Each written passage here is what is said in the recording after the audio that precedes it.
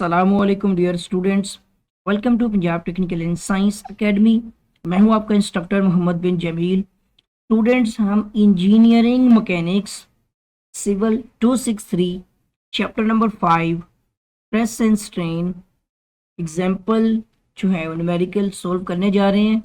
पहला क्वेश्चन है, a steel wire supports a load of 500 newtons. एक स्टील की वायर जो है वो 500 न्यूटन का लोड जो है वो बर्दाश्त करती है। Stress in wire is not to exceed 1200 newton per centimetre square. ये जो 1200 न्यूटन पर सेंटीमीटर स्क्वायर जो है, जो इससे बढ़ेगा नहीं स्ट्रेस जो है, तो ये स्ट्रेस की वैल्यू है, ठीक है ना। और उसके साथ साथ find the diameter of the wire, हमने डाया भी फाइंड करना है। Also find the value of strain if हमें मॉडुलस ऑफ इलास्टिसिटी दी गई हो इस लिहाज से। ठीक हो गया। पहले हम इसमें डाटा लिख लेते हैं, ठीक है जी। डाटा के अकॉर्डिंग सबसे पहले स्टेटमेंट कहती है कि steel wire supports a load of 500 Newton's. ठीक है, लोड हमारा होता है, इसको आप फोर्स एफ भी कह सकते हैं, इसको पी से भी रिप्रेजेंट करते हैं। ठीक हो गया। और ये हमारा कितना है, 500 न्यूटन्स। ठीक हो गया। उसके साथ ही आगे देखते हैं मजीद स्टेटमेंट के अंदर, तो लिखा हुआ है कि stress in wire is not to exceed, इसे बढ़ नहीं सकती, किससे, 1200 न्यूटन पर सेंटीमीटर स्क्वायर। इसका मतलब हुआ हमारी जो स्ट्रेस है, स्ट्रेस को इस तरह से जाहिर करते हैं फ्रीक्वेंसी वाले एफ से, और ये हमारी है यहाँ पर 1200, ठीक है, न्यूटन पर सेंटीमीटर स्क्वायर है। नेक्स्ट कहते हैं find the diameter of the wire. हमने यहाँ पर जो है ना स्मॉल डी में वायर का जो डायामीटर है वो फाइंड आउट करना है। और इसके साथ साथ लिखा हुआ है also find the value of strain, और जबकि हमने इसमें स्ट्रेन भी फाइंड आउट करनी है, ठीक है। अकॉर्डिंग टू स्टेटमेंट जो है हम डाटा लिख रहे हैं। और मॉडुलस ऑफ इलास्टिसिटी की वैल्यू हमें 10 मल्टीप्लाई बाय 10 की पावर जो है वो 4, ठीक हो गया, kilo Newton per centimetre square दी गई है। सही हो गया जी। अब यहाँ देख सकते हैं हम, स्ट्रेस भी मौजूद है, मॉडुलस ऑफ इलास्टिसिटी भी मौजूद है, डाया निकालना है। तो ज़रा थोड़ा सा कॉन्सेप्ट समझिएगा। अब मैं आपको अरेंज करते हुए स्टेप बाय स्टेप सवाल समझाने वाला हूँ, तो मे बी आपको ये बुक से आंसर मैच नहीं ना होते, उसको छोड़े, कॉन्सेप्ट को समझे, ठीक है। तो अब हो सकता है ना बुक में भी आंसर्स कभी गलत होते हैं। बहरहाल सबसे पहले तो आप देखिए कि हमारे पास लोड है, स्ट्रेस है, डायामीटर फाइंड करना है, स्ट्रेन फाइंड करनी है, मॉडुलस ऑफ इलास्टिसिटी भी मौजूद है। अब इसी का ये एक फॉर्मूला होता है मॉडुलस ऑफ इलास्टिसिटी का, जो वो आपका इक्वल होता है स्ट्रेस डिवाइड बाय स्ट्रेन के। सही हो गया। हमें स्ट्रेन की वैल्यू चाहिए है, तो स्ट्रेन इधर चला जाएगा, ठीक है ना, इधर डिवाइड हो रहा है स्ट्रेन, मॉडुलस ऑफ इलास्टिसिटी के पास जाके मल्टीप्लाई हो जाएगा, जबकि मॉडुलस ऑफ इलास्टिसिटी नीचे इसी जगह पर आकर डिवाइड हो जाएंगी। क्यों क्यों होगी ऐसे, क्योंकि हमारे पास इन दोनों की वैल्यू है, हमारे पास स्ट्रेस भी मौजूद है, हमारे पास मॉडुलस ऑफ इलास्टिसिटी भी मौजूद है। इनकी वैल्यूज हम यहाँ पे लिखेंगे कि 1200 न्यूटन पर सेंटीमीटर स्क्वायर में हमारे पास ये वैल्यू आ रही है, ठीक है। और इसके साथ साथ आप देखेंगे यहाँ पर डिवाइड करते हुए नीचे हमने मॉडुलस ऑफ इलास्टिसिटी जो कि 10 मल्टीप्लाई बाय 10 की पावर 4, सही है। लेकिन यहाँ पर एक मसला आपको मिल रहा है कि ये किलो न्यूटन के अंदर है, ठीक है ना, मॉडुलस ऑफ इलास्टिसिटी किलो के अंदर है, जबकि बाकी सिंपल न्यूटन के अंदर है। तो हम क्या करने वाले हैं, हमारे सारे क्वेश्चन के अंदर जो वैल्यू है वो न्यूटन के अंदर है, ठीक है ना। तो इस किलो न्यूटन को हमें न्यूटन बनाना पड़ेगा। तो क्या करना पड़ेगा, आपको पता है कि ये 10 की पावर 3 भी साथ हमें एक्स्ट्रा से मेंशन करना पड़ेगा ना, तभी ये न्यूटन बन जाएगा। क्योंकि 1 किलो न्यूटन के अंदर, 1 किलो न्यूटन के अंदर आप देखेंगे तो 1000 न्यूटन ही बनेंगे ना हमारे। 1000 न्यूटन मीन के 10 की पावर जो है वो 3 न्यूटन हो जाएंगे। तो यहाँ पर मैं मल्टीप्लाई बाय, एक सेकंड रुकिएगा, मल्टीप्लाई किस तरह डाल दिया, इधर मैं यहाँ पर लिखूंगा मल्टीप्लाई बाय 10 की पावर 3 भी लिख दूंगा, न्यूटन भी हो जाएगा, और साथ हमारा जो है यहाँ पर सेंटीमीटर स्क्वायर भी हो जाएगा। बस याद ये रखिएगा कि इसके अंदर जो यूनिट होता है ना, हमेशा स्ट्रेन का कोई यूनिट होता ही नहीं है। तो आप देख सकते हैं कि न्यूटन पर सेंटीमीटर स्क्वायर आपस में कट जाएंगे, और बाकी अब ये यहाँ पर कटिंग भी हो सकती है हमारी, ठीक है ना, ये जो वैल्यूज बन रही हैं यहाँ पर। तो आगे मजीद जो है अब कैलकुलेट कर लेंगे तो भी आंसर मिल जाएगा हमें। डायरेक्ट आप कैलकुलेटर पे ये सारी वैल्यूज लिख सकते हैं, या आप इन सब की पावर्स को ऐड भी कर सकते हैं। ये ऊपर आपका हो जाएगा 1200, नीचे आप देख सकते हैं तो 10 की पावर ये 1 है ना, 4 और 3 कितने हो गए 7 और प्लस 1 कितने हो गए 8। नीचे 10 के नीचे जो है ना, अगर आप कैलकुलेटर पे लिखना चाह रहे हैं, इस तरह पावर नहीं लिखना चाहते तो आप लिखते हैं इसको 1 2 3 4 5 6 7 8। ठीक है, ये 10 की पावर 8 हो गए, यानी इतने जीरो लग जाएंगे, 2 जीरो कट भी जाएंगे। अब आप इसको चाहे तो डिवाइड करें, स्ट्रेन की वैल्यू मिलेगी। मैं आपके साथ कैलकुलेटर शेयर कर रहा हूँ, ठीक है। और हम यहाँ पे लिखते हैं 12 डिवाइड बाय, अब नीचे 2 जीरो कट गए थे ना, 8 थे ना, टोटल 6 हो गए, 1 2 3 4 5 6, और इक्वल करते हैं और SD का बटन प्रेस करते ही हमारे पास वैल्यू आ जाएगी 1.2 मल्टीप्लाई बाय 10 की पावर -5, ये वैल्यू दे रहा है। ठीक है ना, तो अब इस वैल्यू को भी हमें चेक करना है। हालांकि बुक के अंदर अगर आप देखें तो स्ट्रेन और मॉडुलस ऑफ इलास्टिसिटी को किलो न्यूटन में ही रख दिया गया, जहां तक मैं बुक के अंदर देखा मैंने। तो आप मुझे बताएं, क्या ऐसा पॉसिबल हो सकता है कि स्ट्रेस न्यूटन में हो और modulus of elasticity kilo Newton में हो? अब आप क्या कह सकते हैं, क्या बुक में आंसर ठीक लिखा हुआ है? ये बहुत बड़ा एक इशू आ रहा है, ठीक है ना। ऐसा पॉसिबल नहीं हो सकता। यूनिट आपको पता है कि सबके सेम होने चाहिए, या तो बाकी भी किलो न्यूटन्स में हो, तो या फिर सारे के सारे न्यूटन्स में होने चाहिए।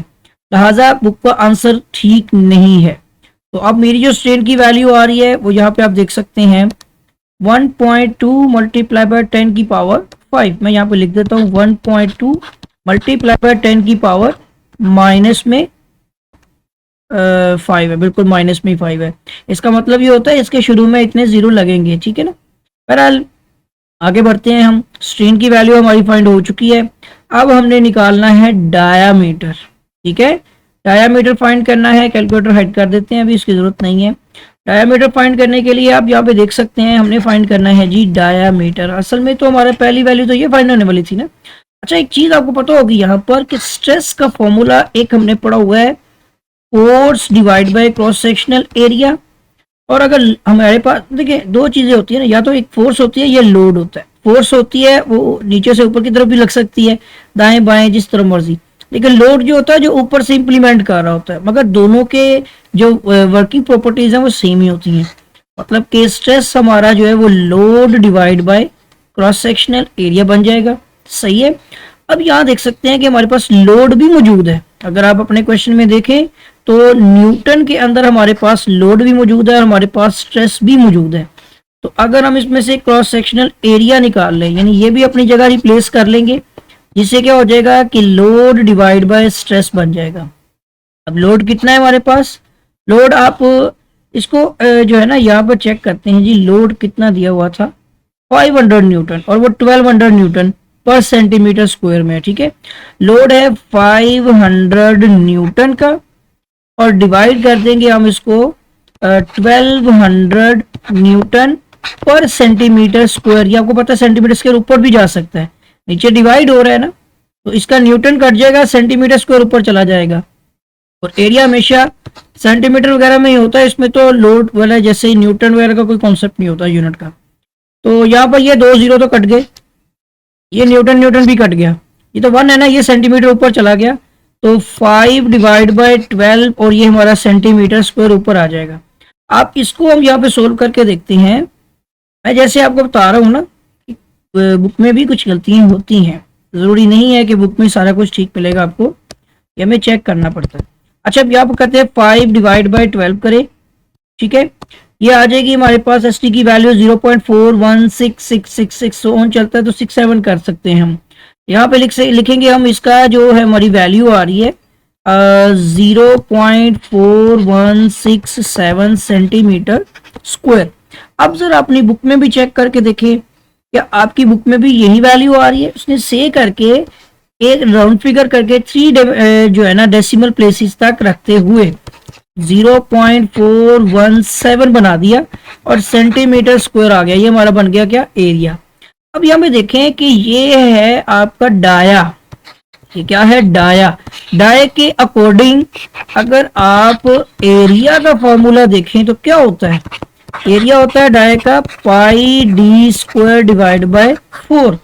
अब यही तो डाया हमें फाइंड आउट करना है, तो आप यहाँ पे लिख सकते हैं एरिया इक्वल टू है आपका पाई डी स्क्वायर डिवाइड बाय 4, और एरिया की वैल्यू हमें फाइंड कर ली हुई है, लेकिन हमें डाया चाहिए है, तो आप लिख सकते हैं एरिया मल्टीप्लाई बाय 4 कर देंगे, और ये पाई इसके नीचे जाकर डिवाइड हो जाएगा, इक्वल टू ये डाया का स्क्वायर है तो इसके ऊपर आप जजर बना देंगे, तो ये हमारा बन जाएगा डाया। अब dia is equal to area की वैल्यू कितनी फाइंड आउट की, 0.417, तो यहाँ पे आ जाएगी 0.417 मल्टीप्लाई बाय 4 और डिवाइड बाय पाई लिख देते हैं, वैल्यू लिखने की जरूरत नहीं, कैलकुलेटर जस्ट सोल्व कर लेगा। उसके बाद फिर हम सारी वैल्यू का स्क्वायर रूट ले लेंगे। अब फिर से कैलकुलेटर पे वापस आते हैं, ठीक है, और अब आपने क्या करना है, कैलकुलेटर पे यही वैल्यू जो है इसको मल्टीप्लाई बाय 4 कर दें, ओके, और डिवाइड बाय शिफ्ट और पाई कर दें। जब आप ये काम कर लेंगे उसके बाद आपने क्या करना है कि स्क्वायर रूट को प्रेस करते हुए उसमें आंसर लिख के इक्वल कर देना है 0.728। 728 के बाद ये 3 बन सकता है ना, तो आप देख सकते हैं कि डाया हमारा जजर भी ले लिया हुआ है, तो 0.728 है, देखिएगा राउंड फिगर में यही होता है ना, 28 और एक डेसिमल प्लेस इसमें चला जाएगा 2 डेसिमल प्लेस तक। डाया हमारे पास 0.73 और यहाँ पर ये सारे सेंटीमीटर स्क्वायर में थे, तो ये वैल्यू अब सिर्फ सेंटीमीटर में आएगी, तो ये हमारे पास जो है एक तो डाया का आंसर भी आ चुका है।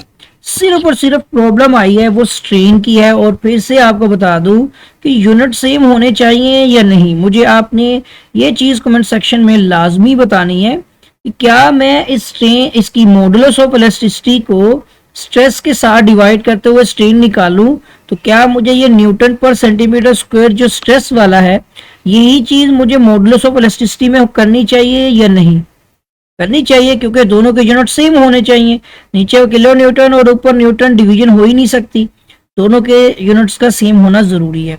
तो इस तरह से मैंने लिखा कि 1 किलो न्यूटन जो होता है वो 10 की पावर 3 न्यूटन होता है, यानी 1000 न्यूटन होता है, किलो 1000 होता है बेसिकली, 1 किलो जो होता है ये 1000 के इक्वल होता है, और ये किलो न्यूटन था तो वो 1000 के हिसाब से जो है हमारा बन गया यहाँ पर।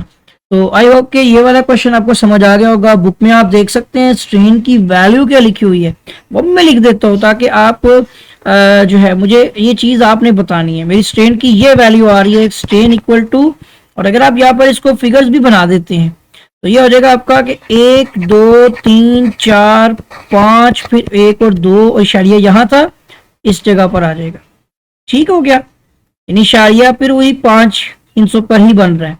तो कहने का मतलब ये है, अब यही वैल्यू अगर मैं कैलकुलेटर पे लिखता भी हूँ तो कैलकुलेटर में एक सेकंड रुकिएगा, मैं शो किया हुआ है मेरा ख्याल है, और डिजिट इसके पीछे छुपे हुए हैं। सो अभी आप देख सकते हैं, ठीक है, अब मैं इसको लिख के फिर चेक करने वाला हूँ, यानी यहाँ पे लिखता हूँ मैं 0.1 2 3 4 और 1 2, देखिए क्या बनता है, एसटी का प्रेस करता हूँ 1.2 मल्टीप्लाई बाय 10 की पावर 5 बन गई ना वही वैल्यू। आप इस तरह से अपनी वैल्यूज को रीचेक भी कर सकते हैं, बट यहाँ पर एक प्रॉब्लम है जस्ट कि ये स्ट्रेन की इतनी ज्यादा वैल्यू क्यों आ गई, ठीक है ना, ये स्ट्रेन के लिए बहुत ज्यादा वैल्यू है, तो इस वैल्यू का बस कोई सोल्यूशन ढूंढना पड़ेगा, या तो हमारे क्वेश्चंस के अंदर कोई यूनिट गलत है, ठीक है ना। और मैं फिर से देख रहा हूँ कि स्ट्रेस हमारी कितनी है, अभी देखिएगा एक बार फिर से जरा थोड़ा कंफर्म कर ले, क्योंकि मुझे स्ट्रेन का इशू लग रहा है। 1200 जो है हमारे पास न्यूटन पर सेंटीमीटर स्क्वायर में क्या है, स्ट्रेस है, और 10 मल्टीप्लाई बाय 10 की पावर 4, ठीक है ना, और ये लिखा हुआ है kilo Newton per centimetre square. या तो मैं अब आपको एक सिंपल सी बात बता दूं, यहाँ किलो न्यूटन नहीं है स्ट्रेन के अंदर, इसमें मॉडुलस ऑफ इलास्टिसिटी में जो बाय मिस्टेक लिख दिया गया है, वरना इसकी ये सोल्यूशन मेरे हिसाब से ठीक नहीं आएगा। एक और आपको मैं तरीका बता देता हूँ, कैलकुलेटर को हाइड किया हुआ है ना, बस ठीक है।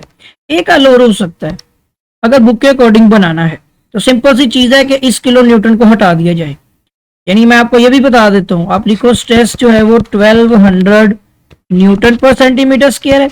आप लिखो मॉडुलस ऑफ इलास्टिसिटी जो है वो 10 मल्टीप्लाई बाय 10 की पावर 4 जो है वो न्यूटन पर सेंटीमीटर स्क्वायर है। अब आप बात कर सकते हैं। तो इस लिहाज से हमारी स्ट्रेन की वो जो वैल्यू बनेगी, जैसे आपको पता है इस फॉर्मूले के बाद हमने ये फॉर्मूला ड्राइव किया था कि stress over modulus of elasticity, इसमें 1200 newton per centimetre square divide by 10 की मल्टीप्लाई बाय 10 की power 4 Newton per centimetre square. तो देखिए ये यूनिट कट गए और इसमें अब आप देख सकते हैं ये बेसिकली क्या वैल्यूज हैं, ये 1200 डिवाइड बाय 10 और ये आप देख सकते हैं कि इसकी पावर 5 बन जाती है ना, तो 5 जीरो लग जाएंगे बस, ठीक है ना।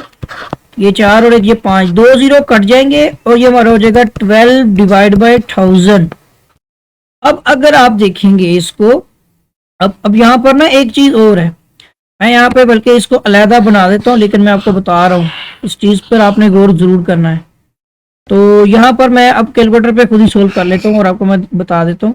12 मैंने डिवाइड बाय 1000 किया, मैं आपको दिखा भी देता हूँ, बल्कि आप चेक की कर लें कैलकुलेटर पे भी। ये देखें 12 डिवाइड बाय 1000 लिख दिया और अब मैं इसको चेक करने लगा हूँ। देखें एसटी का अपना प्रेस किया 0.012 0.012 आ गया और यहाँ पे लिख भी देता हूँ, स्ट्रेन आ गई 0.012। यही वैल्यू दे रहे हैं ना बुक में, इसका मतलब साफ हो चुका है। अभी ये हमारा न्यूमेरिकल थोड़ा सा लेंथी हुआ, उसकी रीजन ये हुई कि ये किलो न्यूटन सवाल के अंदर मौजूद नहीं हो सकता। अगर ये मौजूद है तो फिर स्ट्रेन की वैल्यू बुक में गलत है।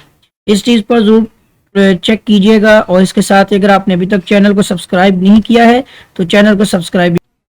मैं उम्मीद करता हूँ कि स्टूडेंट्स आपको न्यूमेरिकल समझ आ गया होगा। और इसके साथ ही अगर आपने अभी तक मेरे चैनल को सब्सक्राइब नहीं किया है तो चैनल को सब्सक्राइब भी कर लें, साथ ही बेल आइकन पर क्लिक भी कर दें। और इसके साथ ही इसके मुख्तलिफ जो चैप्टर्स के न्यूमेरिकल्स हैं जो भी मौजूद हैं अभी तक प्लेलिस्ट में आपको आसानी मिल जाएंगे, जिसमें चैप्टर 1 से लेकर चैप्टर 5 इससे प्रीवियस जितने भी आपके न्यूमेरिकल्स हैं वो मौजूद हैं। और मज़ीद नए न्यूमेरिकल्स के लिए कमेंट सेक्शन में जो है वो मेंशन कीजिएगा ताकि उसके ऊपर भी वर्किंग की जा सके। और आपसे फिर से रिक्वेस्ट है कि चैनल को सब्सक्राइब कर लें, वीडियो को लाइक कर दें, शेयर करें और कमेंट सेक्शन में अपनी राय का इज़हार ज़रूर कीजिएगा। आपके साथ भी मुलाकात होगी, दुआओं में याद रखिएगा। अल्लाह हाफिज़।